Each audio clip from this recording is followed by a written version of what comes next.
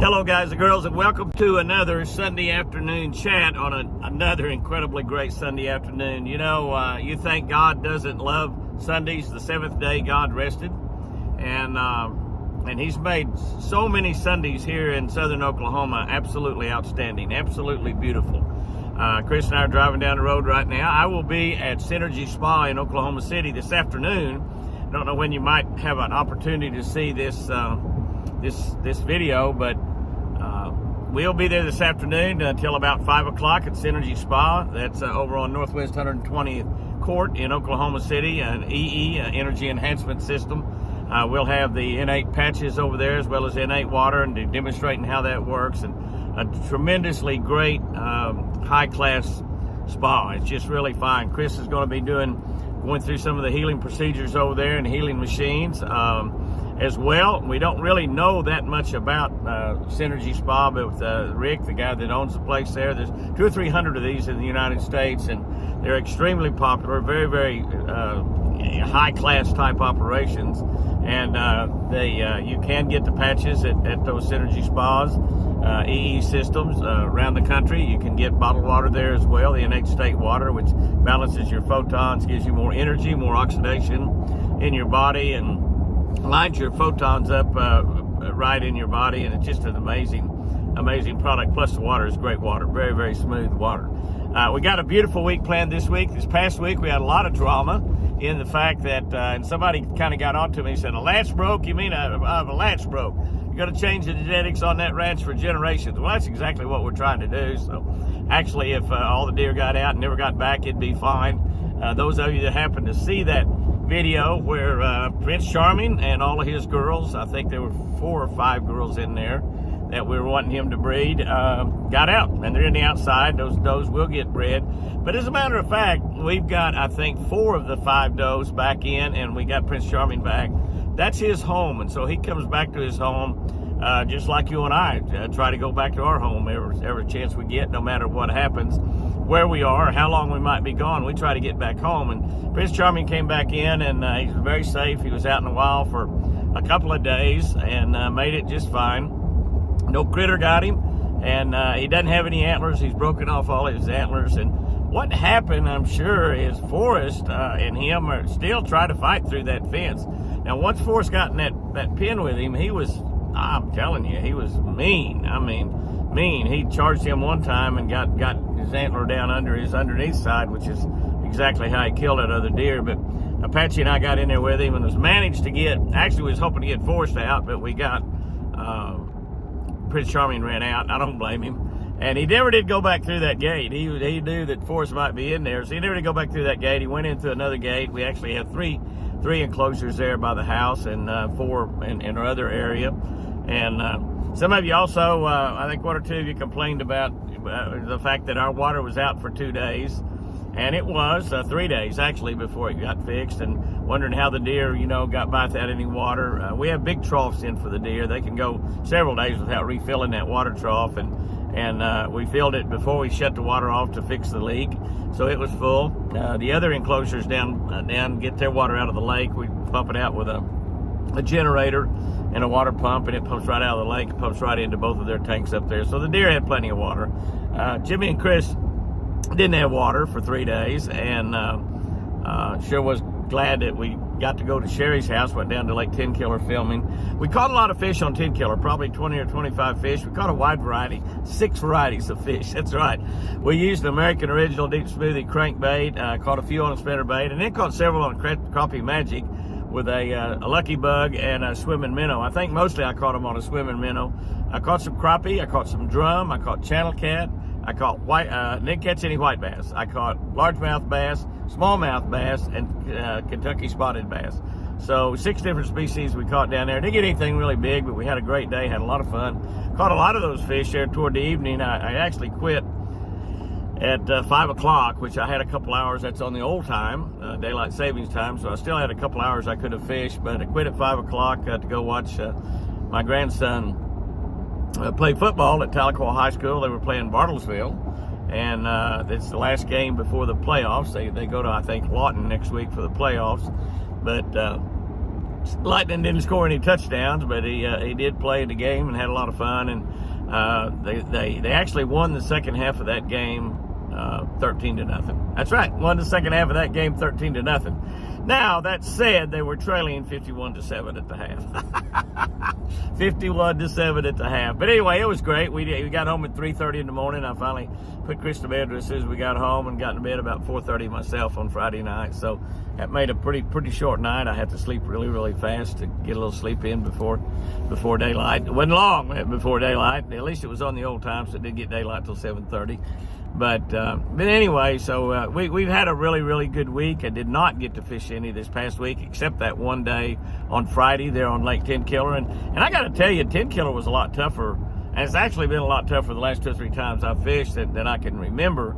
But we also did a video, which we're going to put up here on social media, on how to find fish and where to fish if you're fishing from the shore. If you're fishing from the bank, not fishing out of a boat. And if you go down to Lake Tenkiller to fish off the bank, off the shore, it's a great place. And then if you don't like it that much, you can always go by Jimmy Houston Marine and buy a new tracker boat from Jamie. And they got trackers starting down pretty low, going on up to really nice trackers like the ones that I run, a 175 and a tracker 195. But Tenkiller seemed pretty difficult, but there's a lot of great places, and these places exist on all lakes around the country, pretty much all of them. We mentioned 1 or 2 there that might be only on the larger lakes, like Tenkiller, but there's places where you can go and catch fish. You can drive. We talk about some of the baits you want to use and how you want to go about fishing them. And it was a hard bite doing that, but we did catch a few doing that, but not very many. But we caught about 20 or 25 out fishing in the boat, so I had a really good time doing that. So we did both. We crowded 2 things into one day, which means that you don't do either one of them very well, is what that usually happens. You got to do something, do it right, and I didn't. You know, one of my philosophies is, if you're going to do something, be exceptional at it. Do an exceptional job. Not a Mickey Mouse job, but an exceptional job. And we didn't necessarily do that. But we had a great time anyway. We had a lot of fun fishing. It was really good to fish, really good to watch a high school football game. It's the first one I've got to see this year. We'll be in Oklahoma University next week. We are licking our wounds after 2 straight losses at the University of Oklahoma. Both games we basically lost. The other team played well. I'm not taking anything away from Kansas and Oklahoma State. Congratulations to both of them, but we pretty much gave them those games with penalties and then mistakes. We really made a lot of unforced errors that was really just totally our fault. And you know, the officiating was not too good. I'm not going to complain too much about the officiating. We knew when this year started that the University of Texas and Oklahoma University was not going to get too good officiating in the Big 12, because they are awfully upset that Oklahoma and Texas are leaving and going to the Southeastern Conference. I'm really excited about being in the SEC, although I'm an old guy and I'm a traditionalist. I like the fact that you got a bunch of colleges all around within a few hundred miles of each other, and everybody can drive to all the games if they want to, home and away. All the students can drive to all the games if they want to, home and away. And it's a great college experience now that they've taken away from a lot of the college kids, unless you got enough money to get on an airplane and fly. And I don't know how most college kids are, but when we were in college, we could get on an airplane and fly anywhere. I mean, we had barely enough money. In fact, I bought a little Volkswagen because it got 30 miles a gallon, which was a lot back in those days when we only got 10. And to drive so we could go to the football games, the away football games. We went to a lot of them, but they've taken that away in the idea of money, making money, obviously, and some conferences now are coast to coast, California to the East Coast, all the way. And I think the ACC added teams to make that happen. And by golly, the SEC is not far away from that, and wouldn't surprise me they don't add another one or two. But we knew that the Big 12, which is a great conference. I love the Big 12. I love the Big 8. Before the Big 12, we knew that the officiating was going to be kind of leaning the other direction, and it has been all year. I've watched a couple of Texas football games the same way, and if you think the football's been bad, wait till you see basketball coming up here pretty quick. It will really be bad. But anyway, it's just the colleges are all about money, where they should be all about educating young people. Most of them are not nowadays. Most of them are into indoctrinating young people and not educating them, and it's all about money. It's all about government money, money from donations, money from whatever they can get. They're all about money, and it's just a shame. I swear I don't think it was that way back when I went to college, which was a long time ago. I graduated from college in 1966, before most of y'all were born. We're looking at a great week this week here on the Eagle. I've got great friends coming in. Shane Greenville from Laredo, Texas, which I've spent time at Shane's house. I know his wife, beautiful wife. I don't know how he got such a beautiful wife. Beautiful wife and incredibly smart young boys. And I don't know, I fell off a turnip truck and that girl was blind or something, couldn't see well. But anyway, Shane is a great friend. He's going to come down and fish a couple of days. And then Jeff Shaw, my buddy that just retired a year or so ago from O'Reilly Auto Parts. Jeff Shaw is going to come down with his brother Lewis, and I just love those guys. I love them both. Lewis is so smart. Jeff is so smart. Lewis is a pilot for FedEx. We are actually in the process of talking to Federal Express about a television sponsorship right now. So any of y'all can say something good to the people at FedEx, say it, because we would love to. Bass Pro Shop, where I buy all my hunting and fishing gear, delivers their stuff through Federal Express, FedEx, and so it's a perfect match for us to be involved with FedEx, and hopefully we're going to make that happen sometime in the next month or two and have them as a sponsor. But Lewis, Lewis is not an executive at FedEx. He's more important than an executive. He flies those big jets that flies the Federal Express packages all around the country, and so he's real important. Every package that you get, if it originated very far away from where you live, it's a good possibility that Lewis Shaw might have flown it there. They're both great fishermen and both great friends. They're both great cooks, which would be good because I do all the cooking now with Chris and I, and it's going to be so much better to have somebody to do a little cooking for me. Miranda comes in a day or two a week, and she will be in helping this week, and she cooks for me. Sherry comes down occasionally, and she cooks for me. So I'm always anxious to see somebody come in and cook dinner. And I think that Jeff is going to bring some redfish fillets from the last time that he was down on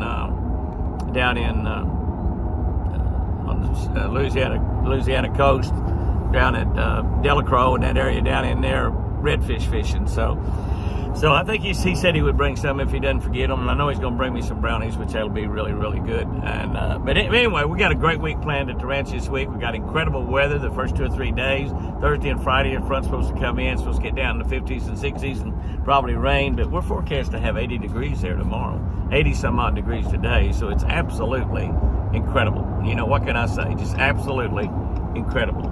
And anyhow, so we're gonna have a great week at the ranch. The deer are all doing good. We did lose one of our white deer, the little one of the white deer does, and we think it was probably blue tongue, but got sick, and we doctored, but we were not able to save that deer. So that's not a good deal. But anyway, other than that, we got Mr. Forrest is separated from Prince Charming. Prince Charming back in his home, and he's loving it in there, and he's got some does in there. We get them all arranged the way we want them inside of the enclosure. It's going to be really nice, but deer don't even herd well when they're inside. So it's going to be a great week out there. Y'all have you a great one out there. Remember to be a part of the solution, not a part of the problem. Remember to do everything that you do with tremendous enthusiasm and work as if you're doing every job you're doing for God. Because if you're doing it in that regard, live your life as if Jesus is walking right beside you, because can I tell you, he is walking right beside you. Guys and girls, go out there and have you a great one, great week, fantastic week, and remember, I sure do love you. Let's stop and get a little fuel in this goat. Yeah, fill this Ram truck up.